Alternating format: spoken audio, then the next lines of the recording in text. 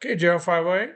Same room, same shirt, same day. All right. Still the 29th, just a little closer to my birthday on the 30th. Okay. All right. Um, so we're going to go to the second module. Second module builds on the first module, the concepts. This time we're going to be looking at this really, really scary concept of the things we do impact us long-term biologically by turning on and off genes, okay? Deciding which proteins are produced and which ones are not. And this even scarier concept, okay, let's go right into it, is that your genes that are turned on and off, okay, it will also impact, coming right out of the blocks, which genes are turned right and on and off in your children. Okay. There's even evidence that goes on to the next generation. Okay.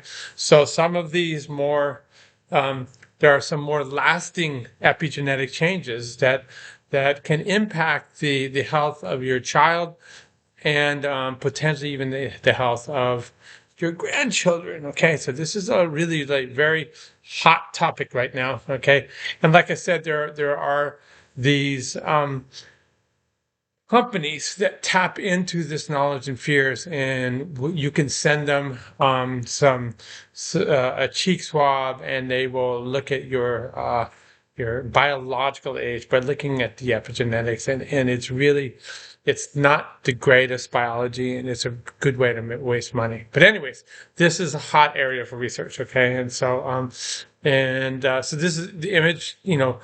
Is representative of what we're talking about. Remember from the Sapolsky video, the National Geographic Portrait of a Killer, they talked about the impact that the severe famine that happened during World War II in the Dutch, 1944, and how that impacted their overall health much later in life when they were able to resume eating normally, okay, and it impacted the health of their offspring, and that's the concept right here. And we see this is the DNA. Again, it's the recipe is there, okay. Like I said, we have 23 pairs of chromosomes, and like every single um, chromosome is like a different chapter in the cookbook, okay? And you go into that chapter and let's say there's, 1,000 recipes, okay? Alrighty? So the issue is, which recipes do you read and produce the food, okay? Or which recipes are read in your DNA, and when they're read, you make what's called RNA. That is then the next chain in command that then tells your cell how to make the protein. Your cell makes the protein, okay? And stress can change. You see there right here, this example, they show ME, that stands for methylation, will decide which genes are turned on and off. Okay, when you see this methylation group, that means those genes are turned off when it's tagged, it's attached directly to DNA. We're going to see another type of epigenetic is called acetylation. DNA is wrapped up on the spool, so you can't go in there. It's like you can't even open the cookbook. Okay, you can remove this group from a different group called the acetyl group. It allows the DNA to unwind, and then you can go into the cookbook and read the recipe and make whatever you want. Okay, that's this concept of epigenetics. Alrighty. Okay, so we'll come down here. Okay. There's a very short article that we're going to go over. Okay, very short, very simple. It's from the conversation. Within there, they tell you about the video. All right, there's actually the videos embedded. It's the very same video that we asked you to watch. And again, the TED Talk, the instructor goes through the basics of epigenetics. You're going to get this from me. You're going to get it from her, and you're going to get it from the article. Okay. All right. We're talking again. Our focus right now is stress. Okay, we realized from the previous module how stress can really dramatically impact your overall health. Okay, in many different ways. It can impact the function of your brain. It feeds back in many, many different ways. Okay, and so those are the immediate direct effects, and then the concept that we have these long-term enduring effects from the DNA and how it gets modified, so which genes are going to be turned on, which genes are going to be turned off. Okay, alrighty, and this is again passed on potentially to future generations. Okay, all right, crazy. So there's genes are in every single cell in your body. Okay, so you have millions of cells and a little over 20,000 genes. Okay, in the 23 pairs of chromosomes. Every cell in your body, you start with the same cookbook. It's just which recipes are read. Okay, nerve cells, skin cells, kidney cells, on and on and on. And again, stress can modify all of those in terms of what cells are being turned, what proteins are being expressed, what genes are being turned on and off. Okay, awesome. So we give you this concept. Here's your prompt. Okay, again, think about the sequence events that exist in psychological stress, okay, and how that might impact DNA. Now, the unique thing about steroids is they get in there and they will bind to a protein inside the cell, and then it shuttles to the DNA and begins to turn things on and off, okay? More steroids, the more shuttling, the more problems, okay? Remember we had the glucocorticoid receptor and the mineralocorticoid receptor. Those higher levels of stress hormone cortisol your entire life, the more the bad receptor gets turned on. Okay, so it's like you go into the cook station and you make more and more of this bad receptor. That it's an attempt to shut everything down, but you can't turn off the stress. So then it really has these horrible long-term side effects. Okay.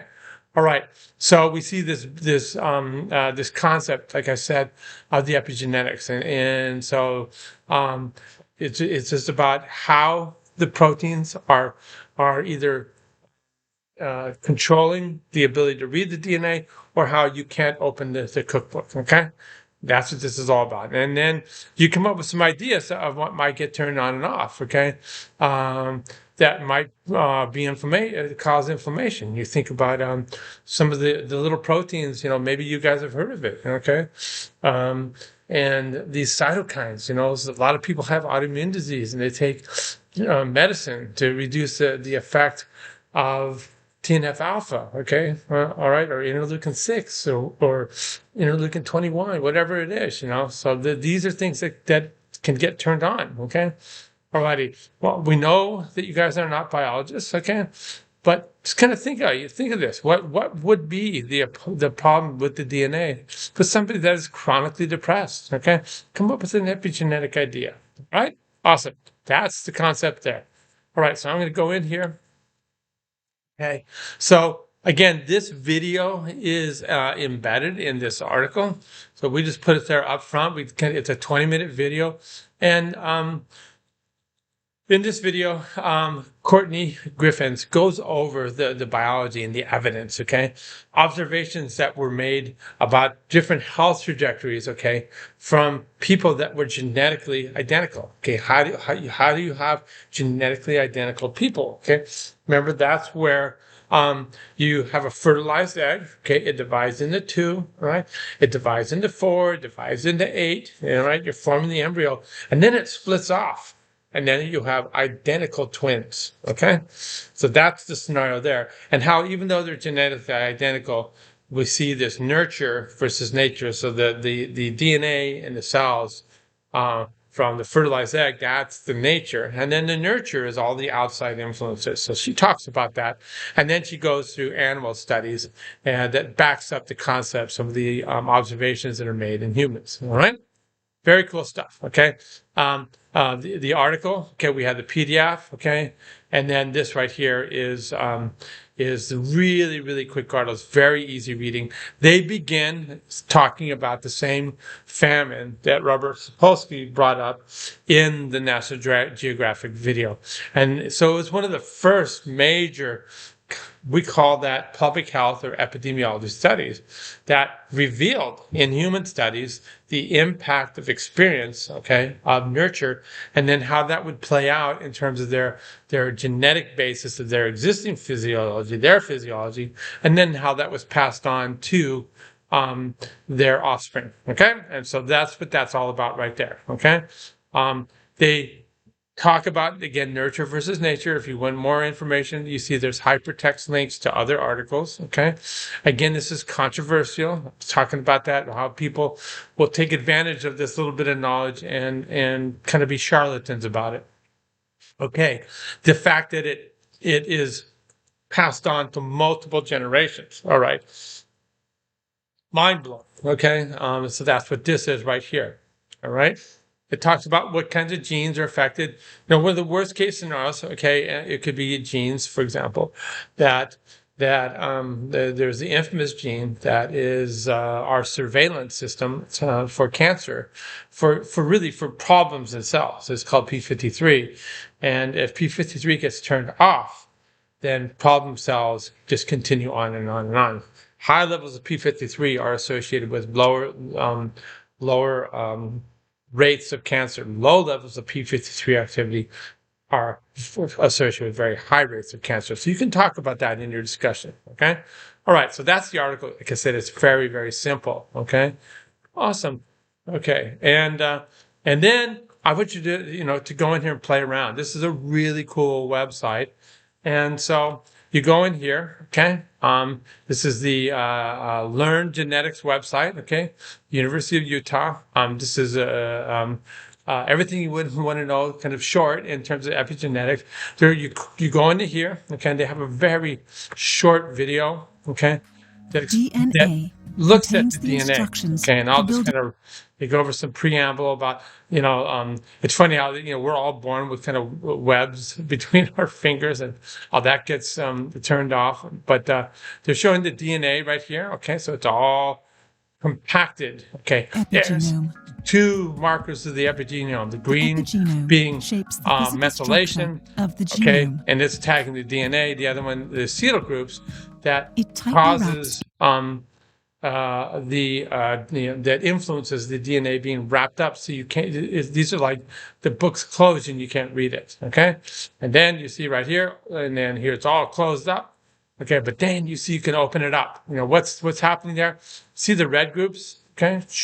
When they're gone, then it opens it up right here. And then it shows the influence on the cells. So that's the concept there. All right. So then you can go in here and, oops, sorry, I should just go back here and go backwards in the browser. And let's look at an example of this. It's kind of cool. It's a little interactive exercise. They used to have sound associated with it, but there's no sound. But it still illustrates, what's going on. All right. So this is your little dial. I'll tell you this is the scenario. This is your DNA. You see the genes being turned on and turned off. This is right here. Like I said, this is like where the recipe is. This is where the DNA is produced into a format that says make these proteins. So this is DNA, this is RNA, and then this is the end result where you make the protein. Now we have developed. There's a guy that won the Nobel Prize, an ability. Here's the recipe for making a protein, and he was able to put a tag. That is another protein called green fluorescent protein. So every time the message right here on this side was produced, it also has the message to make the green fluorescent protein. So that, let's just say, every time I make an adrenaline receptor, there's going to be a green fluorescent protein. And we can see that at the cell level on this side. Look at cells and where's the how much green fluorescent protein is there and where is it at? All right. So sound off. I can turn sound on. It doesn't do anything. So right here. So I'm going to go like this. And what so you can't, the book's closed. It's a cookbook and you can't read a thing. That's the way that goes. And then, we see right here. Now we are opening up the book. All right. And and what do you see happening when the book gets open? You see there's no red markers, and then acetyl means access. So when you have that acetyl group on, you now have access to DNA, okay? Isn't that cool? Now, let's put your eyes somewhere else. This is the recipe right here put into another compartment to make the protein. You see, there's very little recipe out there, very little RNA, okay? As we open it up, more RNA, okay? All right, let's look at a different level, okay? As we open up the cookbook and make more RNA, we're going to make more protein. So this would be just in a petri dish where you got rid of the cells and you're looking at the protein, and this is looking at the cell level. And watch, we're going to open up the DNA, make more of the recipe. Remember, we tagged it, so anytime we make the recipe, we make green fluorescent protein. And then at the cell level, look at that. You can see where it is all going. Right?